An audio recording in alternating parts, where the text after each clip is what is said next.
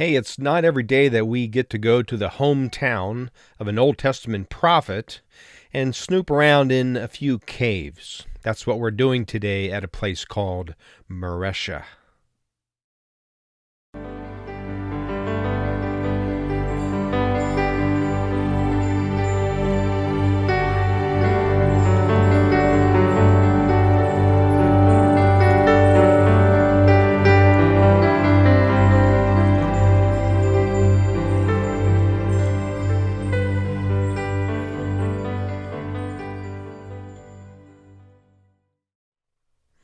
Shalom and a warm welcome to you. Thanks so much for joining this teaching channel.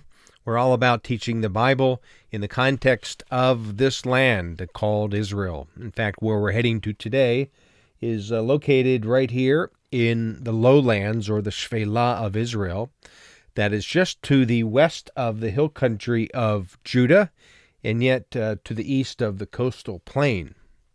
So this area right about here is where we're heading to this place called Maresha. It's in actually the Beit Guvrin Valley. Maresha was the name of this town, a hometown area of Micah the prophet, an 8th century prophet contemporary with guys like the prophet Isaiah and King Hezekiah. So we're going to take a look at the tell or the site of Maresha and then explore a few caves as well, caves known to this much later community known as Beit Guvrin.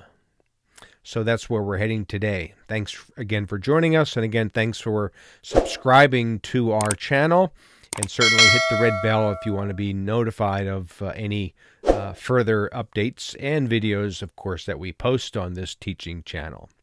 So let's head to the Shephelah and explore the hometown area of Micah the prophet.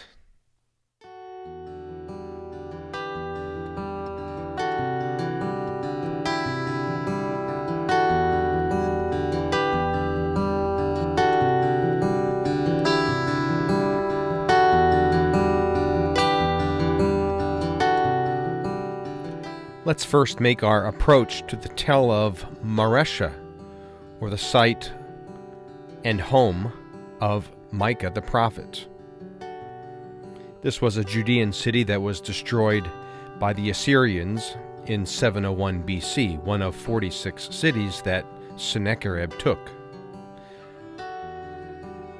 The site was first excavated around 1900 by Bliss and McAllister, and then later on in the 90s through about 2001. The ruins primarily date from the First Temple period through the Hellenistic period. Now let's go to the top for a very windy view of the area. Shalom, shalom, from the top of the tell of Maresha, located in the Shephelah, or the lowlands of Judah, the home of Micah the prophet.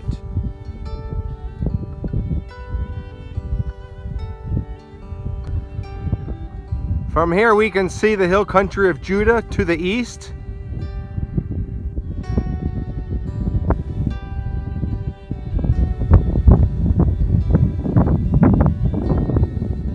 And even the top of Tel Azekah to the north.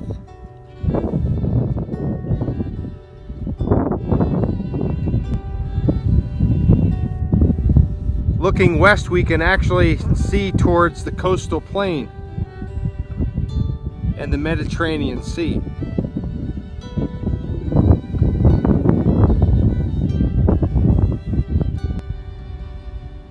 It was the prophet Micah who said this: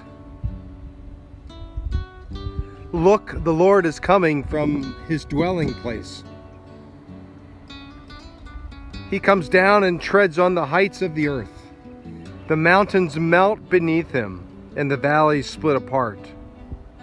Like wax before the fire, the water rushing down a slope.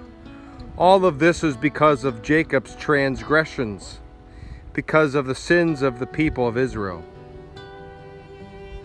Therefore I will make Samaria a heap of rubble, a place for planting vineyards. Because of this I will weep and wail. I will go about barefoot and naked. I will howl like a jackal and mourn like an owl. For Samaria's plague is incurable, and it has spread to Judah. It has even reached the very gate of my people, even to Jerusalem itself. But you, Bethlehem Ephratah, though you are small among the clans of Judah, out of you will come for me one who will be ruler over Israel, whose origins are from of old, from ancient times. Towards the end of the 1st century BC, a new name was adopted for the city, and that was Beit Guvrin. The chiseling of literally thousands of caves marks the uniqueness of Beit Guvrin today. Let's go into 2 of these caves, the first of which is called the Bell Cave. Now, this type of limestone is very, very soft, so the chiseling of these caves could be easily done. You'll see the white limestone here that's very, very soft even to the touch. But the Bell Cave is the most famous of them, and inside we go. About 800 of these bell caves exist today, and they primarily date from the 4th through the 9th century AD. You can see the white chalky limestone in contrast to the darker Nari limestone at the openings above.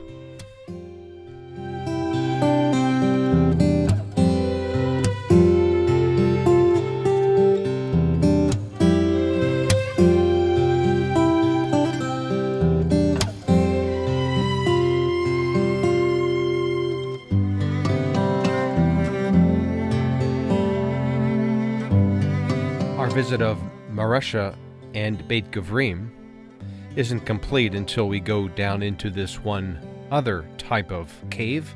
It's called the columbarium. It was where pigeons were raised.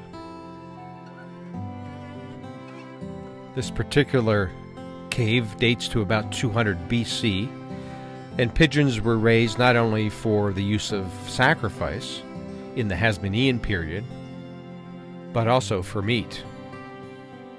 The dung of the pigeons was used for fertilizer. There are about 2,000 niches here in this columbarium cave of Beit Guvrin.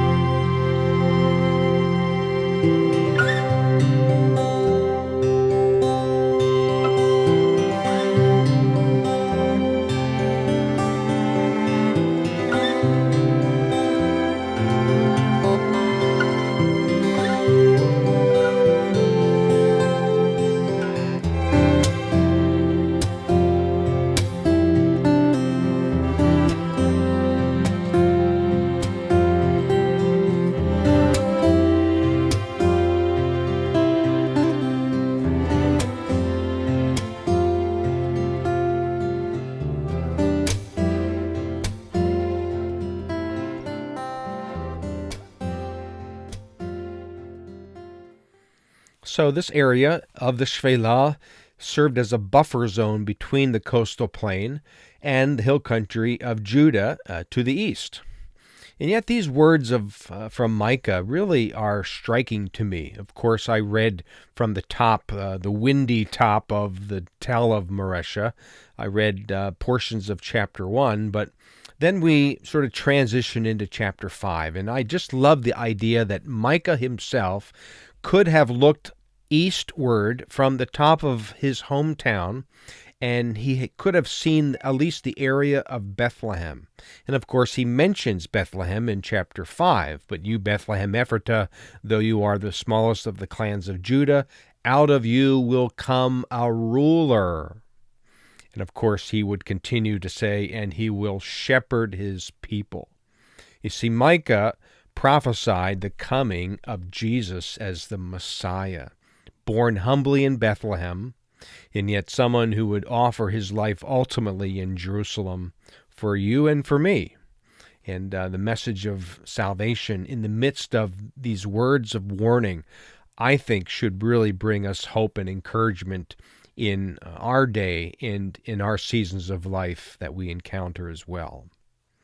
So thanks again so much for joining us for this teaching about Maresha and Beit Guvrin, and I hope that you continue to follow our teaching as we post additional videos in the near future. Thanks and shalom, blessings to you.